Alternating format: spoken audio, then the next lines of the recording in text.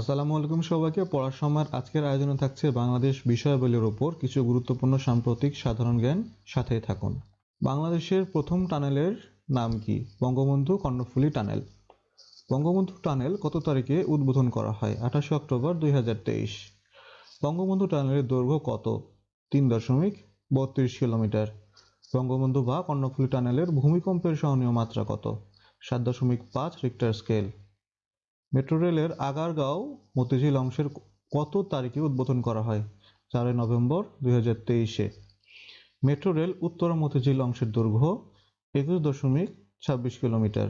মাতারবাড়ি কয়লা বিদ্যুৎ কেন্দ্রের উৎপাদন ক্ষমতা 1200 মেগাওয়াট। বর্তমানে দেশে পৌরসভা 330টি, সর্বশেষ শ্যামনগর সাতক্ষীরা। বর্তমানে দেশের থানা 654টি, সর্বশেষ পদ্মা সেতু দক্ষিণ থানা। বর্তমানে দেশে উপজেলা 495টি, সর্বশেষ মধ্যনগর সুনামগঞ্জ। বর্তমানে দেশে ইউনিয়ন 4596টি। সার্কের বর্তমান মহাসচিবের নাম বাংলাদেশ থেকে গোলাম সরোয়ার। WHO বাংলাদেশে কোন রোগ মুক্ত ঘোষণা করেছে? পোলিও, কালাজ্বর এবং গোদ রোগ। সম্প্রতি কোন প্রতিষ্ঠান বঙ্গবন্ধু শেখ মুজিবুর রহমানকে ডক্টর অব লজ বা মরণোত্তর ডিগ্রি প্রদান করে? ঢাকা বিশ্ববিদ্যালয়। দেশের সর্ববৃহৎ সার কারখানার নাম ঘোড়াশাল পলাশ ইউরিয়া সার কারখানা। মুজিব একটি জাতির রূপকার। এই চলচ্চিত্রটিতে বঙ্গবন্ধুর চরিত্রে অভিনয় করেন কে? আরিফিন শুভ। এই চলচ্চিত্রটির পরিচালক শ্যাম বেনেগাল। মুক্তি লাভ করে 13 অক্টোবর 2023-এ। বাংলাদেশে নবনিযুক্ত 24তম প্রধান বিচারপতির নাম ওবায়দুল হাসান। বঙ্গবন্ধু স্যাটেলাইট 2 উৎক্ষেপণ করা হয় কোথায় থেকে? ফ্রান্স থেকে। এটি একটি আর্থ অবজারভেশন স্যাটেলাইট। দেশের প্রথম সৌর বিদ্যুৎ কেন্দ্র অবস্থিত কাপ্তাই রাঙ্গামাটিতে।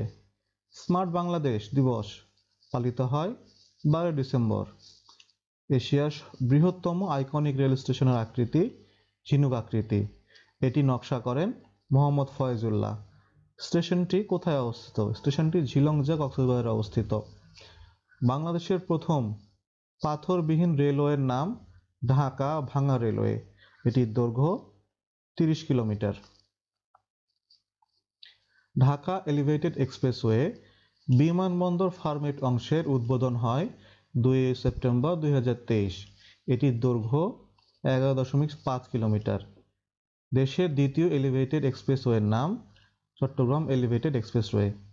এখন পর্যন্ত কতটি জেলা রেলওয়ে নেটওয়ার্কের আওতায় রয়েছে? 48টি জেলা, সর্বশেষ কক্সবাজার। রূপপুর পারমাণবিক বিদ্যুৎ কেন্দ্রের উদ্বোধনের মাধ্যমে বাংলাদেশ কততম পারমাণবিক শক্তির ব্যবহারকারী দেশ? 33তম। হজরত শাহজালাল আন্তর্জাতিক বিমানবন্দর নকশা করেন কে? রোহানি বাহারিন, সিঙ্গাপুর। বাংলাদেশের সার্বজনীন পেনশন ব্যবস্থা উদ্বোধন করা হয় 17 আগস্ট 2023-এ। সার্বজনীন পেনশন ব্যবস্থার স্কিম 4টা: প্রগতি, সুরক্ষা, সমতা এবং প্রবাস। প্রবাসীদের জন্য চালুকৃত পেনশন স্কিমের নাম প্রবাস পেনশন স্কিম। সর্বজনীন পেনশন অবস্থায় কাদের জন্য পেনশনের কোনো ব্যবস্থায় রাখা হয়নি? সরকারি চাকরিজীবী। নতুন শিক্ষাক্রমে শিক্ষার্থীদের মূল্যায়ন ভিত্তিক অ্যাপসের নাম নৈপুণ্য, যেটি লঞ্চ করা হয় 8 নভেম্বর 2023-এ। বাংলাদেশের বর্তমান নির্বাচন কমিশনারের নাম কাজী হাবিবুল আওয়াল।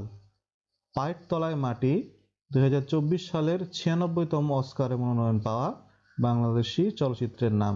আজকের আয়োজনটি এই পর্যন্তই। পরবর্তী আয়োজনের জন্য পড়ার সময়ের সাথেই থাকুন।